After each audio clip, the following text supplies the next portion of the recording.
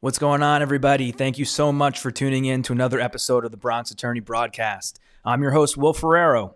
On this episode, I talk with Dan Johnson. Dan is a real estate agent at Rand Realty.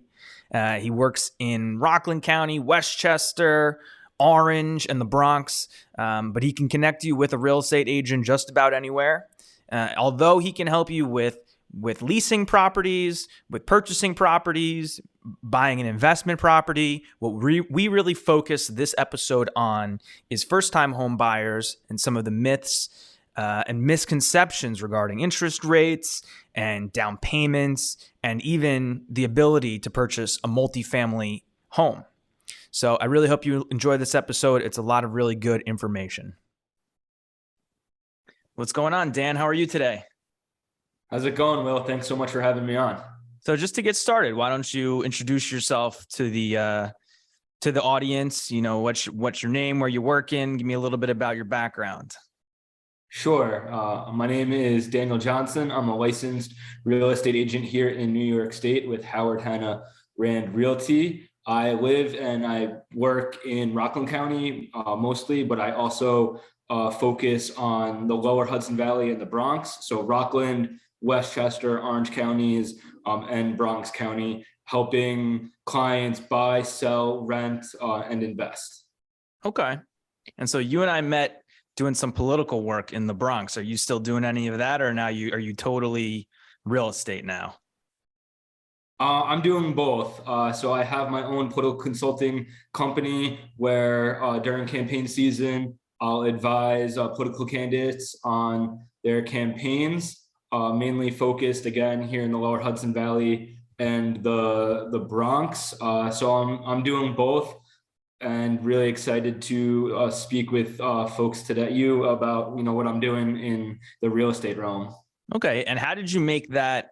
Real estate's something relatively new for you, or have you been doing that for a while now? I got my license in November 2021, so just over a year. It is a new endeavor. I changed my career path for two reasons. First was my mindset changed a lot during the pandemic. Mm-hmm. I was used to working 80, 90 hours a week in government and politics, on campaigns for elected officials. And I think I got a little burnt out of it, combined with the pandemic. I think I definitely changed my priorities in life. I wanted to focus more on, work-life balance and my family and just my time. And I started to value things differently. So taking a step into running my own business, I do work with a brokerage, but I'm a 1099 employee. So it's essentially my own business. I create my own schedule. I work with clients that I bring in, and I get to choose, when and how and where I want to work. So there's a lot of challenges with that, but it's also exciting because I'm completely in charge of what I'm doing, and you have that flexibility and that freedom of time, and also the ability, financial freedom in a sense, where instead of being told like this is your salary and in the field that you're in that you can make up to a certain amount, now working for yourself as an entrepreneur, you have that financial freedom of, hey, there is no cap on how much I could potentially make if I work really hard and I'm successful. Yeah, so you have that in common with a lot of the other people that I've spoken with, where a lot of us are kind of at this early stage of our, career where we're either, starting a business and having to attract the clientele, or we're, in a similar situation where, you're building your own book of business and you're trying to expand your clientele. And so you're like right at the outset of that as well. And how have you began this process of trying to, build and foster clientele? It's something new to me, as to a lot of people who you've spoken with in the past. And there's certainly a lot of challenges, but it also, takes you out of your comfort zone, and you can only grow from that. So for me, I only moved to Rockland County in the pandemic, just a little over 2 years ago. I grew up on Long Island, and I went to college and worked for all of my career in the Bronx and New York City. So while I'm not far from either of those places, I still don't know a ton of people in Rockland County. So it's been a challenge to build up the business, but I've done it in a number of different ways, and want to continue growing the business and expanding, because the goal is to continue to help as many people as I can with the buying, selling, investing process, but also maybe moving on to other states where I could get my license. I'm right near New Jersey, so potentially looking to expand my business into New Jersey at some point. And through referrals, I can refer people to agents anywhere in the country and around the world. All right. And I see that you've been sharing a lot on your Instagram page, all sorts of little tips and tricks about real estate and things like you may not have known. And I found that with the content creation side of it, it's kind of hard because it's not like you're gonna drop a podcast episode and get 10,000 listens like some of these big podcasts out there. You kind of just got to keep plugging away at it and hope to get a foothold. Has that been your experience as well? Yeah, absolutely. I think if you're consistent with it, you'll see growth over time. It's not a short-term strategy. It's a long-term strategy. And really what I want to do as I got into real estate, again, one of the reasons, like I said, is for freedom and flexibility with, my work and personal life schedule and being able to do that. But the other reason is I want to educate and empower people about the real estate process. When I bought my home in 2020, I thought that I knew a lot about the process, and looking back on it now, I really didn't know much at all. And I wish that I had people guiding and advising me through the process to really help me make the best decisions, and that I would have more information and feel more empowered than I did. And that's one of the main reasons why I started working in this industry. And that's the reason why I put out a lot of content on social media, is really to educate and empower people so they have more information and they can feel, really good about the decisions they're making, and learning more as much as possible before they jump into buying or selling again or investing. Yeah. And what I've found with that, I don't know if this has been your experience too, but number one, you'll always own those videos that you make or those articles that you write or whatever. And you could always repost them 5 years from now. You say, oh, wait a second, I just had this issue, or this has been in the news, and this would be a good time for me to reshare my article on X. Right. And then the other thing that I've found is that, even if, it's not a big hit, right? You don't get a ton of clicks on it. All it takes is one person to really find some value in something that you've shared and what you've created, to be like, wow, he really knows what he's talking about. I really want to work with him to, litigate my personal injury case, or to help me buy my first home. So, hopefully a couple of years from now, we're talking about our respective content and how well it's gone for us. Yeah, again, like I said, you just start off small, get a couple followers, get a couple listeners, subscribers, and people who really take value from that content, and you can build on that. All it does is take one person to share it to their network, and other people find it valuable, and then they share it. You just really start to build up an audience and a following, and hopefully that also builds up business, because again, it's not me or you, I think, or other people trying to sell themselves. There's a lot of people out there who are salesy and who aren't genuine. And that's not what I want to create. And I can tell, I know that's not what you want to create either. But by providing value to other people, then that's how we're going to gain more of a following and hopefully do, business and help people down the line. Yeah. And then, going off of that, creating value, comment. There was a few things that we talked about previously that I think we should get into now when we talk about people who are these first-time home buyers, and some either, misconceptions or things that they don't know about that, could change the way that they look at purchasing their first home, and maybe make them reach out to that realtor, that agent, or and say, I think actually I am ready and I think we can make it work. And the first thing we talked about, or that we mentioned, off air, was about the interest rates, and about how people are like, I can't get into real estate now because the interest rates are just way too high. It's totally precludes me from, purchasing anything right now. This episode of the Bronx Attorney Broadcast was brought to you by me, Will Ferrero. I'm an attorney at Prior Law in the Bronx. We primarily practice personal injury law, but we can help you with just about any legal issue that you may have. And if it's not something that we can personally help you with, we can connect you with an expert in that area of law. You can find me online on Twitter, Instagram, LinkedIn, Facebook, YouTube. My handle is typically @BronxAttorney.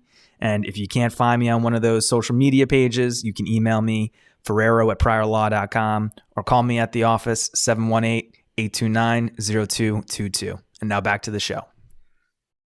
Yeah, unfortunately, I feel like there's a lot of misconceptions in the media about interest rates and the market, the current market, or where the market is trending towards in 2023. That people have been concerned about. I saw in last year, as interest rates increased throughout the year, a lot of people took a step back from the market because they felt that it wasn't the right time to buy a home and that they couldn't afford it anymore. But there's definitely different things that can do that, even with higher interest rates, where owning is more advantageous than renting. And I think as long as we, as a realtor, and I hope a lot more other people in the industry do this, like, again, we need to be educating people about, the truths and the myths of the industry. And hey, if this is your goal, this is where we are, but let's look at the steps and the options of how we can get you there. And one of the ways is really about, educating people on, what is actually happening, not to feed into headlines that people see online or in the newspaper. And, one of those things, as you said, is definitely interest rates. Interest rates did increase over the course of 2022. And one of the things that people don't realize, I think they may confuse this with property taxes, is that is the property tax cap that you can deduct is $10,000. You can deduct up to $10,000 on your property taxes. But so what does that mean, deduct? So your for the property taxes or taxes in general can be deductible. So if you have up to $10,000 or under $10,000 in property taxes, you can get those you can get deducted at tax time. And if you have over 10,000, up to 10,000 of that of property taxes can be deducted. With interest rates. And that's like you'll get a statement from your mortgage company that shows how much taxes you've paid.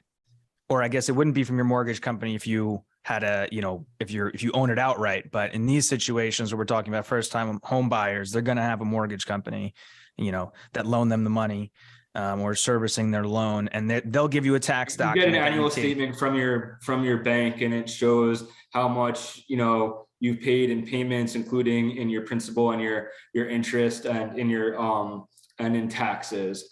And my point on the interest rates on this is that the interest on your mortgage is tax deductible. So even if you are paying a higher interest rate, you can deduct that when you go to pay your taxes, which is helpful. Where renting, you can't. You're paying your landlord's mortgage, and they're paying property taxes. They're paying mortgages, and they're paying interest on their mortgage. Your rent isn't tax deductible.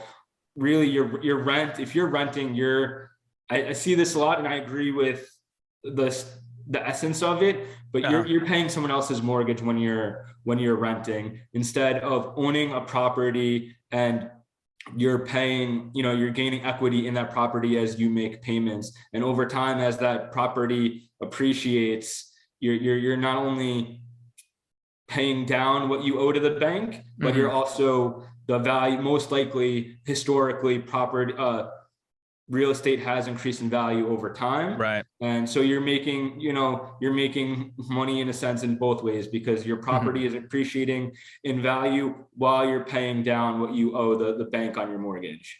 So if I have, a $3,000 rent payment versus a $3,000 mortgage payment, really I'm saving money with the mortgage payment, right? Because I get the tax deductions and I'm building equity in my house. Yes, pretty. So if you can find a deal where you have a similar payment,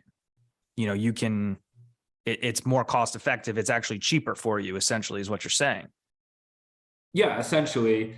And I have to say though that from my personal experience, when you go to purchase a home, after you put down the down payment, a lot of people focus on, hey, I have this much for a down payment and this is the purchase price of my home. And they focus on, I can afford a $500,000 house or a $600,000 house or whatever they think they can afford. Right. And that's what people focus on. Buyers shouldn't focus on the purchase of a property. Buyers need to focus on the cost to own the property, which is the monthly payments that we're talking about. Because at the end of the day, you owe that payment to the bank every single month, whether that's a $2,000 payment, a $4,000 payment. You have to be comfortable in your overall budget that you can afford that each month. And you need to work with a realtor and a lender who can really work on those numbers with you and give you a budget and work with you to make sure that you're comfortable with that payment. Take for me as an example, when I bought my house, I had a very low rent when my wife and I were renting in the Bronx.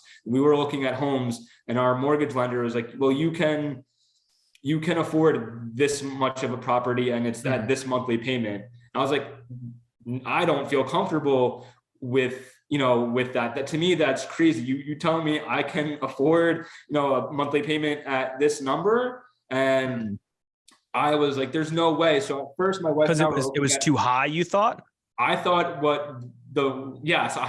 I thought when I was buying, again, I didn't have a lot of education or information and experience before I became a realtor when I was purchasing my house. And I was like, I don't know if I feel comfortable with what you're saying I can afford. So for a while, my wife and I were looking at homes much lower than what our pre-approval was for. So I think a lesson is for first-time home buyers, prospective home buyers is, whatever a lender, approves you for, yes, the bank is going to likely approve for you that, and you'll get it, you'll purchase the house at that, at that number, but you have to be comfortable again with the payment. If you don't feel comfortable with that, look at homes where with your realtor with that monthly payment that you're comfortable with. At the end of the day, in my experience, my wife and I kind of broke it down. We put pen to paper and we're like, well, this is what our net income is per month. And these are all of our expenses. The estimated mortgage payment that we'd have to pay with taxes and insurance included,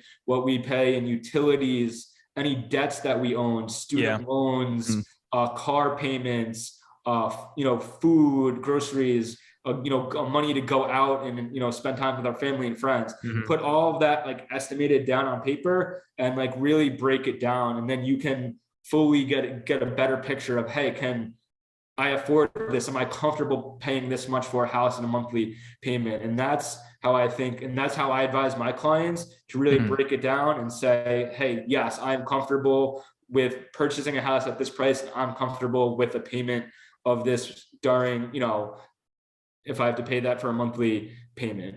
And so when you did that, you realized that you could afford a little bit more than you had initially thought just by going over all the numbers again. Yeah.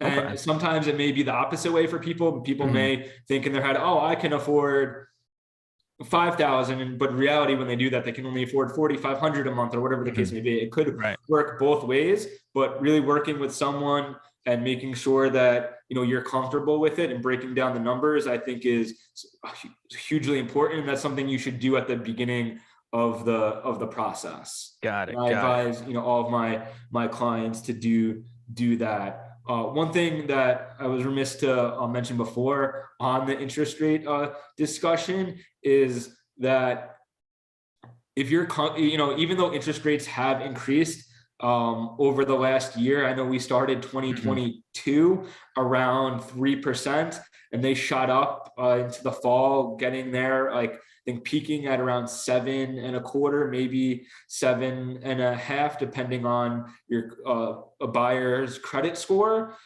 We've seen for the last couple months a slow decrease in rates. Now rates are hovering back around 6%. And some people may say, hey, I don't want to get back into the market yet because rates are at 6%. I don't know if I feel comfortable with that. But if you can afford it and there is a monthly payment that you feel comfortable with at 6%, you can always refinance in the future.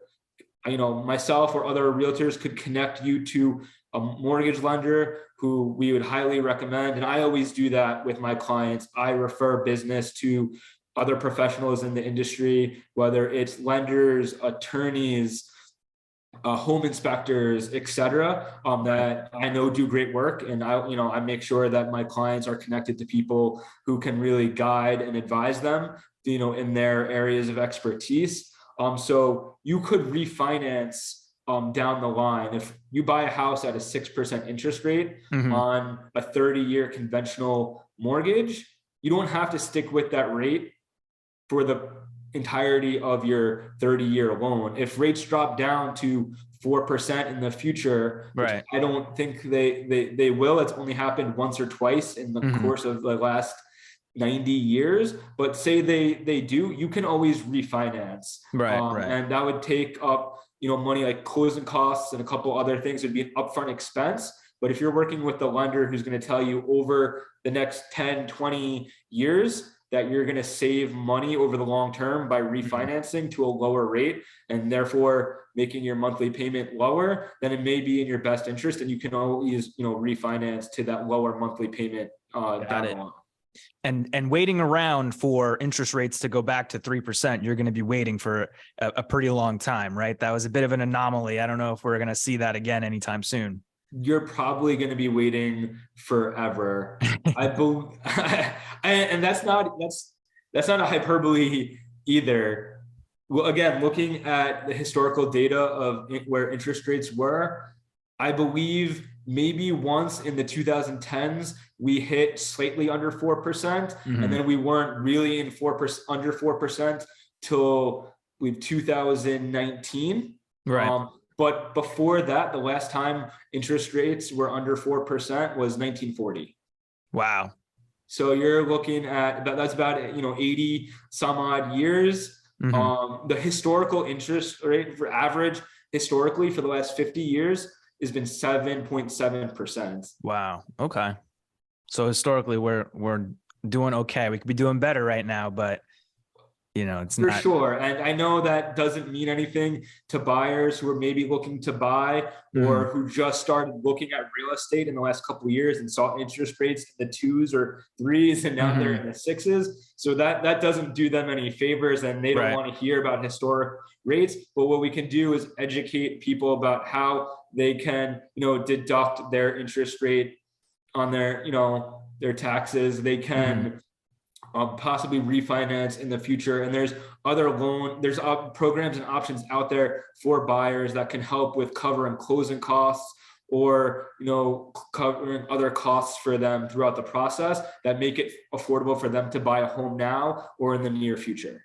Okay. So that kind of segues into another point that we talked about previously. I've heard from people before who are looking to buy a house. They've said to me, it's going to be a while before I can save up 20% for a down payment. And so for somebody who has a thought like that, like what is your response to somebody who's saving for that 20% down? One of my favorite reels or content to put out on social media is that you need a 20% down payment is the biggest myth about real estate. That's completely false. Most home buyers don't put down 20%. In fact, I'm looking at numbers from 2022. The average down payment of all home buyers was 14%.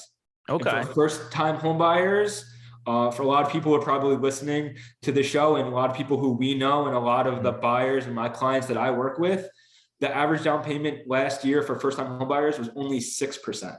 Wow. Okay. So that's a significant difference. Right. Of course, if you have a higher down payment that, if you're in a multiple offer situation, then that may improve your odds of getting your offer selected, but it is not a requirement at all. And my favorite stat about down payments from last year is actually repeat home buyers, veteran home buyers who have bought a home before. They're either upgrading to a larger house, maybe buying a secondary home or investment property. The average down payment for those buyers was only 17%. So even savvy veteran home buyers aren't putting down 20% on average. So somebody who even has the money to put down 20% or more, they're saying, I'm pulling out some of my cash. I'm only putting down 15 to 20, something like that. Yeah. Interesting. So, and like, what kind of, are there specific programs that you know of that is lower interest rates, or is it just, or not interest rates rather, that are like loans that you can qualify for that are less than 20%, or, can any loan do it? So yes, there's different options out there for buyers. For a conventional loan, which is what most home buyers qualify for, the most common type of loan is a 30-year conventional fixed loan. And what that means is that your loan is spread out for payments, monthly payments over the course of 30 years. And your interest rate for the entirety of that loan is fixed at what you qualify for the entirety of the loan. So right now, if someone was buying and they qualified for a flat 6% rate, they got a 30-year conventional mortgage, then their interest rate would be 6% for the entirety of that loan, unless they refinanced, in the future, as we discussed before. There are other conventional mortgages out there called adjustable rate mortgages.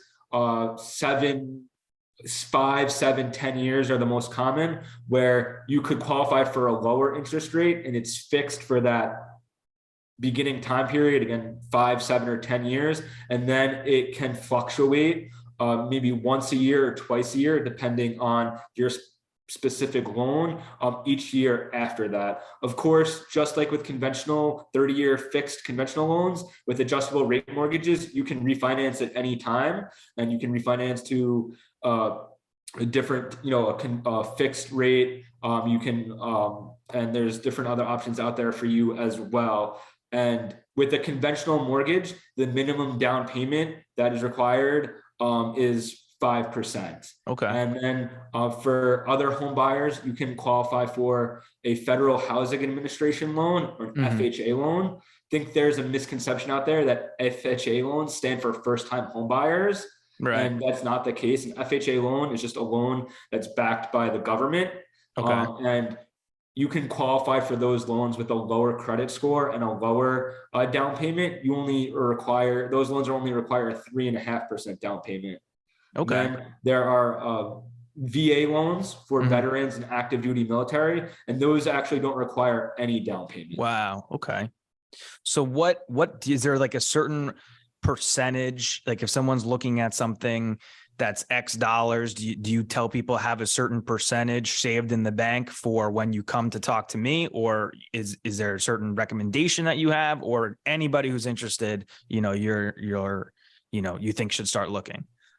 What I always do is I refer potential clients or clients to local mortgage lenders that I've worked with in the past, or who I know has high recommendations from people who I trust and who I've worked with. And I let them have those conversations with the mortgage lenders to give them the best advice on, hey, this is what you qualify for. These are the options and programs that we have available.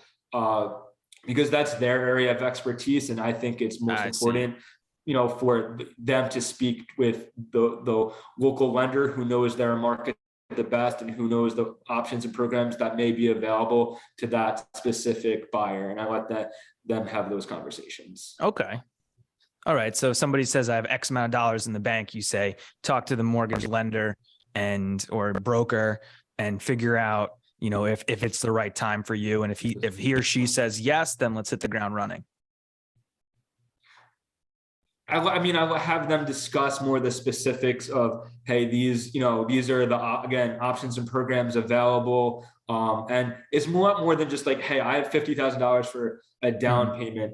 Debt to income ratio is important. So if you make X amount of, it's important to have, that nest egg saved up for a down payment and closing costs, but you really need to have a specific or a significant amount of income that where you can qualify for a certain loan amount. And again, I let the lenders really take the lead on that. But depending on if you have student loans, car payments, credit card debt, other debts, that could, that hinders or factors into the amount of net income that you have each month when you take those debts out. And that can determine how much of a loan in a house you can qualify for and afford the monthly payment on. Got it. So there was one other thing that we discussed previously that it could potentially help people get into the real estate market who might think that they don't have, the money to get into it, or and that is what's been referred to as house hacking, right?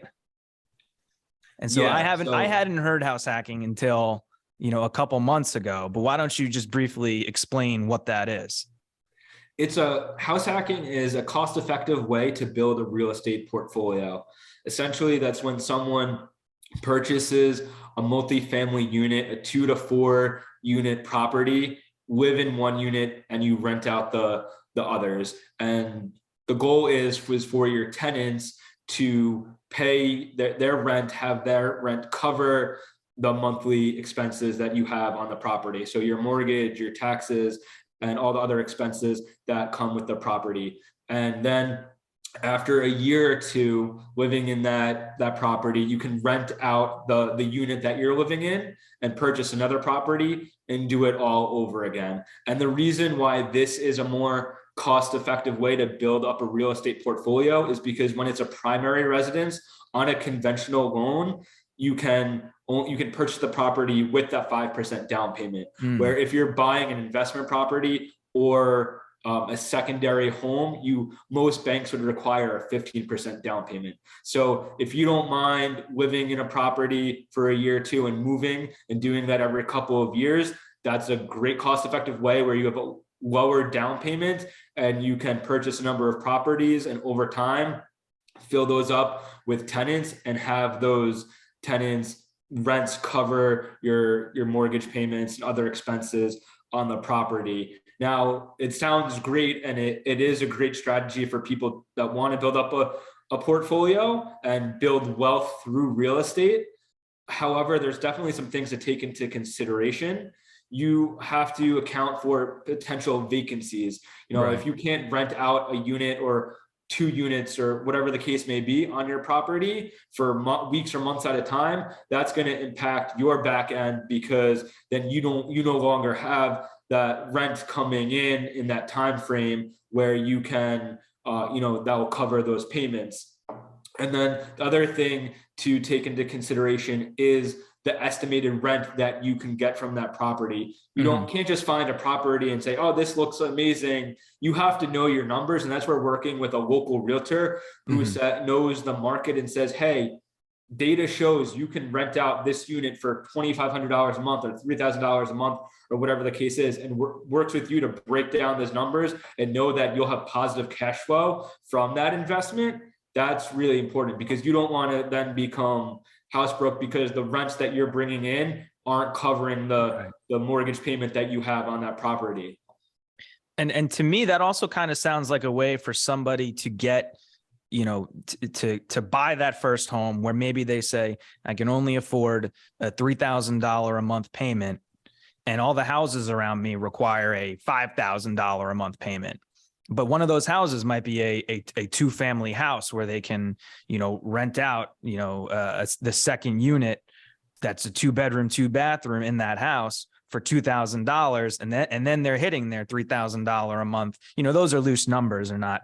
Obviously, there's a lot more factors to take into consideration, but it could unlock a few more properties that might not have been on their radar beforehand.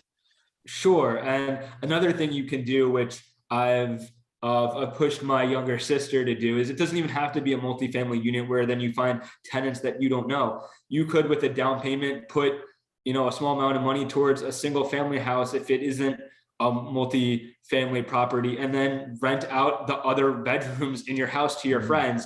If you are already living with 3 or 4 friends in a 3 or 4 bedroom apartment or house and you're all paying rent, well, if one of you is wise enough to say, hey, I have a little bit of money saved up, I'm going to go purchase this property, let's all live together, you guys can pay me rent. And then next thing you know, you're living, you're paying the mortgage off all together. Now that may sound like you're taking advantage of your friends, and I don't want it to sound like that, but it's a way for you potentially to own a property and you don't have any expenses on it, instead of all of you and your friends paying rent to somebody you don't know, a landlord who's then pocketing all of your expenses and building wealth through you guys paying rent. Okay. So, it sounds like, working with a knowledgeable agent can kind of unlock some more, not only, properties that you could potentially buy, but a lot of more different options that, the normal house seeker might not have known about beforehand. Absolutely. Working with a local knowledgeable realtor who understands their local market is vastly important. I couldn't recommend it enough. You could just go into a real estate office and say, hey, is someone available to show me a house? Or call up a lot of people drive by a house and they see a sign and they call the listing agent or whatever the case may be. But I would make sure that you either connect with someone you find online who's providing valuable information, and someone that you yourself connect with, or you get a recommendation or a referral, from a friend or a family member, because you want someone, again, who understands the market, who knows that the house that you love is actually overpriced, or who knows, other information about the property or other properties in the area. And you want to work with someone who can provide that value for you and make sure that the money you're putting into an investment, which is probably the biggest investment you'll be making in your lifetime. You want to make sure that you're working with someone who knows what they're talking about, and who is going to make sure that they help you to the best that they can for you. All right. So if somebody's looking for a real estate agent in Rockland, Orange, Westchester, or the Bronx, where can they find you? Sure. You can find me online. My Instagram is daniel.johnson13. Facebook, Daniel Johnson, Hudson Valley Realtor. Also, my personal Facebook page, just my name. You can connect with me on any of those platforms. And I'd be happy to help you, a friend, family member, buy, sell, invest here in the Lower Hudson Valley or the Bronx. And as I'd be remiss if I didn't make this point one more time, as I think I mentioned earlier, even if you're not looking in the general area, if you or someone is looking out of state or somewhere around the world, connect with me, and through my company and our organization of other companies that we're associated with, I can refer you to a top experienced agent who I'll personally vet, and that can help you, again, buy, sell, invest anywhere in the world. All right. Thanks, Dan. That was a lot of good information there. Thanks for coming on. Well, thanks for having me, Will. It was great talking with you. Thank you for listening to this episode of the Bronx Attorney Broadcast. Please like, review, and subscribe so we can help the channel continue to grow. And if you're interested in connecting with any of the guests, please let me know, and I'd be happy to make the introduction.